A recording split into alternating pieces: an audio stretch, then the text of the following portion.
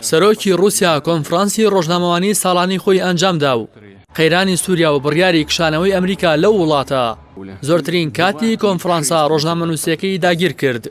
ڤلادیمیر پوتین سەرۆکی رووسیا سەبارەت بە بڕیاری سەرۆکی ئەمریکا بە کشانەوەیان لە سووریا ڕایگەیاند. کشانەوەی ئەمریکا لە سووریا هەنگاوێکی دروستە، بەڵام هۆکاری ڕاگەیاندنی بڕیارەکە لەم کاتەدا نازانێت. سەرەڕای ئەوەی میدیاکان باسییان لە دەستپێکردنی مەیدانی کشانەوەی هێزەکانی ئەمریکا لە سووریا دەکەن، بەڵام پوتین دوودڵی و گومانی خۆی لە بردنەسەری بڕیارەکە نەشاردەوە و ئاماژەی بەوە کرد. تا ئێستا هیچ بەڵگەیەک بۆ کشانەوەی هێزی ئەمریکا لە سووریا بەردەست نییە.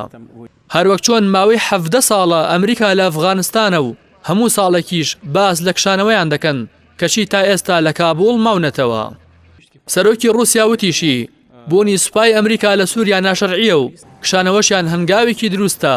بە شێوەیەکی گشتیش لەگەڵ بۆچوونەکەی سەرۆکی ئەمریکا لەبارەی تۆمارکردنی سەرکەوتن بەرامبەر داعش هاوڕایە، بەڵام هێشتا مەترسی دزەکردنی ئەو ڕێکخراوە تیرۆریستیانە بۆ ئەفغانستان و وڵاتانی ناوچەکە لە ئارادایە.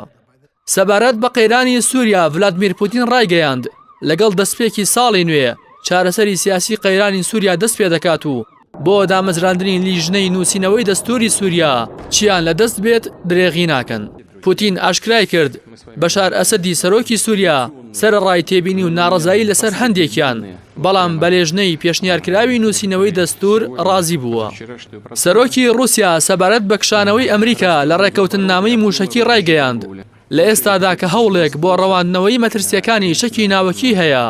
پاشەکشەی ئەمریکا لەو ڕێککەوتنە لێکەوتەی مەترسیداری لەسەر ئاسایشی جیهانی دەبێت. لە وەڵامی پرسیارێکدا لەسەر ویستی وڵاتەکەی بۆ حکمکردنی هەموو جیهان، سەرۆکی رووسیا وتی ئێمە دەزانین ویستێک بۆ دەست بە سەرداگرتنی بڕیاری هەموو جیهان هەیە، بەڵام ئەوەش دەزانین کە ئەو ویستە لە مۆسکۆوە سەرچاوە ناگرێت. بەدەر لە بابەتە سیاسەکان ڤلادیمیر پوتین وەڵامی پرسیارە کۆمەڵایەتی و کەسیەکانی دایەوە و لە وەڵامی پرسیارێکدا لەسەر وادەی ئەنجامدانی هاوسەرگیری پوتین وتی وەک هەر کەسێکی تر لە ڕۆژێکدا دەبێت بچێتە ژیانی هاوسەرگیریەوە. هەروەها ئاماژەی بۆش کرد لەگەڵ لویدمیلای هاوسەری کە پاش 30 ساڵ لە یەک جیابوونەوە پەیوەندیەکی باش و دۆستانەیان هەیە.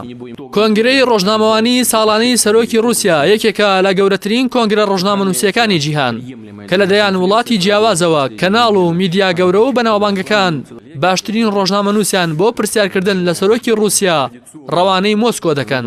کۆنگرە ڕۆژنامەنووسیەکەی ئەم ساڵی پوتین ژمارەیەکی پێوانەیی تۆمار کرد کە لە 4 کاتژمێر و 40 خولەکدا و بە ئامادەبوونی 1700 ڕۆژنامەنووس وەڵامی 106 پرسیاری دایەوە کە پێشتر کۆنگرەی ڕۆژنامەنووسی حوتەم لە ساڵی 2008 خاوەنی ئەو ژمارە پێوانەیە بوو.